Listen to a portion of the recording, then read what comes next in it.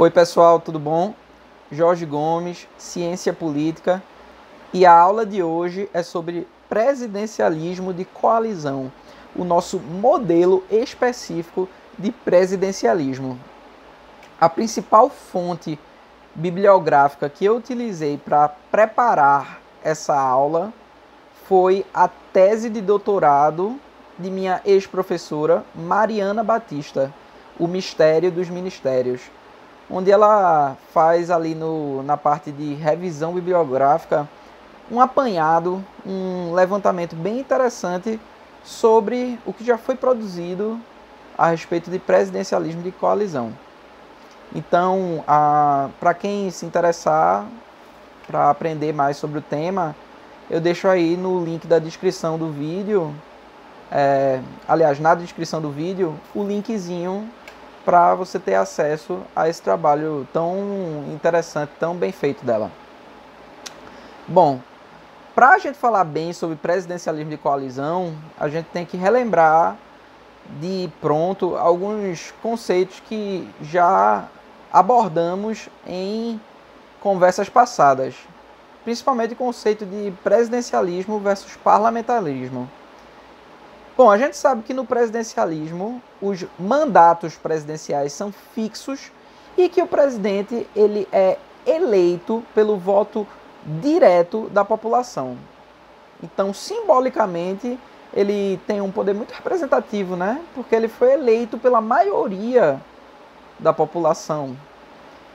Isso costumeiramente enseja um certo conflito entre presidente e Congresso, já que o Congresso também foi eleito pelo voto direto da população.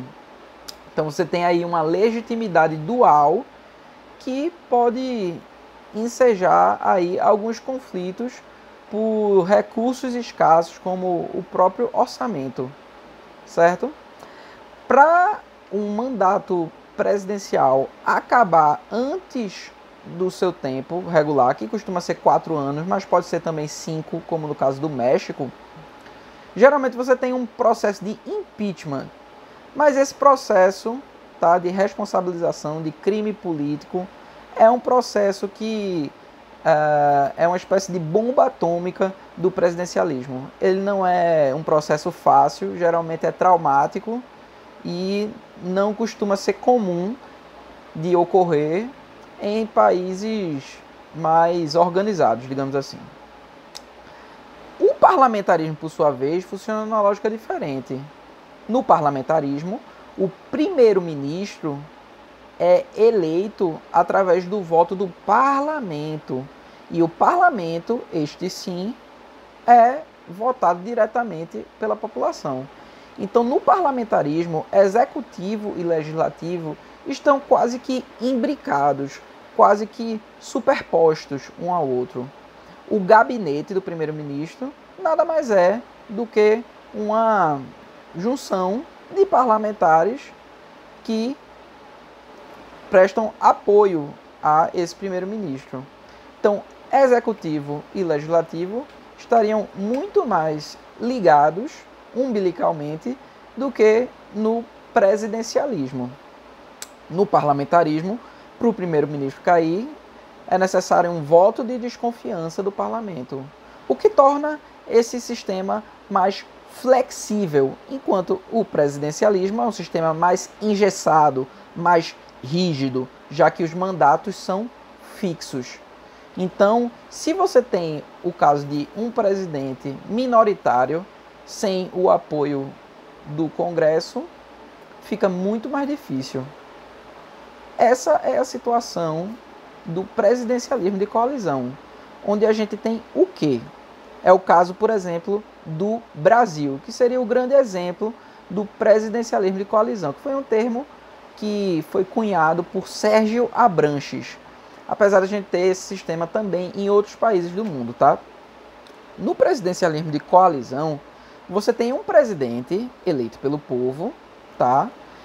Convivendo com um parlamento, com um congresso multipartidário, isto é, um congresso onde há inúmeros partidos Afinal, nosso sistema é o proporcional de lista aberta, o que faz com que o número de partidos se multiplique. Então a gente tem um Congresso repleto de partidos e um presidente que pertence a um partido. Matematicamente, obviamente, esse presidente, qualquer que seja o partido, ele será minoritário no Congresso. Porque o Brasil tem um número infinito, gigantesco de partidos efetivos, muito grande. Então, via de regra, o presidente será minoritário. Ora, como ele irá governar então? Como haverá a governabilidade, a tão falada governabilidade, que significa a habilidade, a possibilidade do presidente governar. É diferente de governança, por exemplo. Governabilidade é justamente essa questão do líder conseguir governar. A solução desse impasse entre multipartidarismo e presidente eleito minoritário é a formação de coalizões, isto é, a divisão do poder. Coalizão não é a mesma coisa que coligação. Coligação é aquilo que os partidos fazem para chegarem ao poder. É aquilo que os candidatos fazem para chegar ao poder. Então eles montam uma coalizão que vai funcionar como se fosse um partido único. E aí você tem mais tempo, por exemplo, de propaganda eleitoral. Uma vez que chegam ao poder, os presidentes e os líderes não montam uma coligação. Isso foi antes. Eles montam uma coalizão. E a coalizão serve justamente para que eles consigam governar. E como é que se governa? Se governa partilhando o poder. Então, o presidente terá que, via de regra, compartilhar o seu poder para poder governar. Então, ele monta uma coalizão. Essa coalizão deve ser minimamente representativa da pluralidade de forças que existem no Congresso Nacional. Então, o presidente ele deverá optar, no início de mandato, por montar uma coalizão ou ter um governo minoritário, o que é muito mais difícil. Num governo minoritário, ele vai ter que governar apenas se apoiando por decretos presidenciais, medidas provisórias e pela pressão popular, se tornando, portanto, um presidente plebiscitário que não dialoga com o Congresso. É muito difícil que as coisas andem assim. Os exemplos que a gente tem no Brasil de presidentes minoritários são todos presidentes que sofreram impeachment. Collor foi um deles. Optou não por montar uma coalizão bem feita, ampla, proporcional, mas sim uma coalizão muito ideológica ou técnica, que não amparou a pluralidade de forças políticas que existiam no Congresso da época. A gente teve também o caso de Dilma, que não soube partilhar o poder. E como é que se partilha o poder? É necessariamente através de corrupção, como muita gente pensa? Não, de modo algum. Você pode, por exemplo, fazer indicações ministeriais.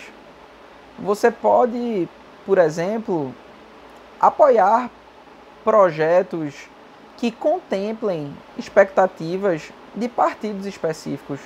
Você pode também deixar de apoiar projetos que desagradarão seus aliados. Você pode indicar cargos políticos. O presidente, ele detém em suas mãos boa parte da máquina pública. Então ele pode fazer uma série de indicações, uma série de movimentações que irão agradar políticos e partidos específicos, gerando assim um clima de troca benéfica que gera, portanto, a governabilidade. O presidencialismo de coalizão envolve justamente essa troca de poder entre presidente minoritário e Congresso multipartidário. Durante muito tempo houve uma discussão se poderia existir governabilidade no Brasil. Afinal, a gente tem sempre presidentes minoritários e um Congresso que para muitos é clientelista, personalista, tá? Egoísta, quer tudo para si. Então, muita gente, pessoas de peso, diziam que a governabilidade do Brasil estaria prejudicada por conta desses fatores.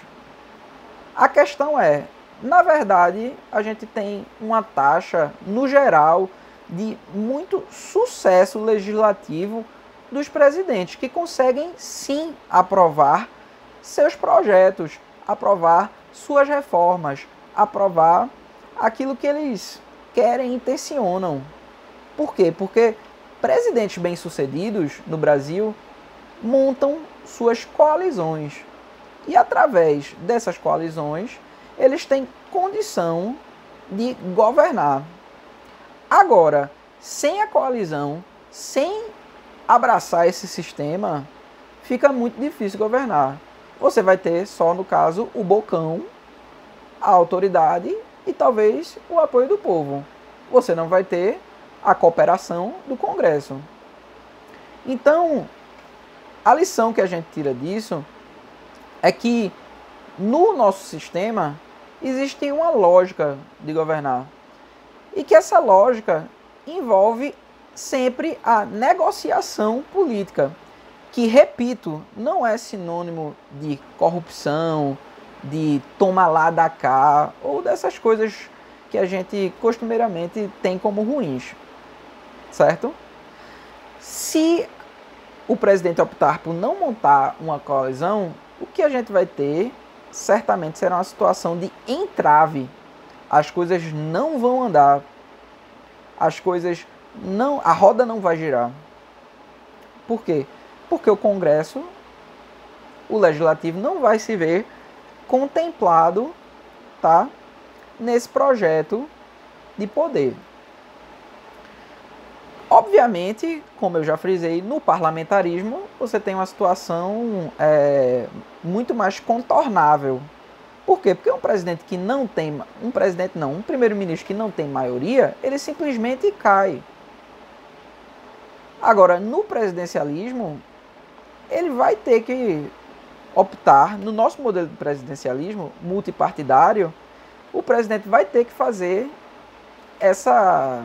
essas concessões e vai ter que ter uma postura menos combativa, menos ideológica e mais aberta a negociações, o que não significa negociatas. Negociação é uma coisa, negociata é outra, tá? É diferente, por exemplo, do modelo de presidencialismo americano, onde você tem o bipartidarismo, já que lá o sistema não é o proporcional de lista aberta, e sim o sistema clássico de Westminster, o First Past the Post, onde você tem distritos eleitorais e aquele que tiver simplesmente o maior voto é eleito para representar seu distrito no Congresso. O que isso gera é o voto útil, e aí a gente tem dois partidos, apenas dois partidos efetivos no caso. Obviamente os Estados Unidos têm milhares de partidos, mas efetivos mesmo, com poder de fogo, só existem dois, que são os democratas e os republicanos, tá? Então, nesse modelo de presidencialismo é diferente. Agora, obviamente, tá?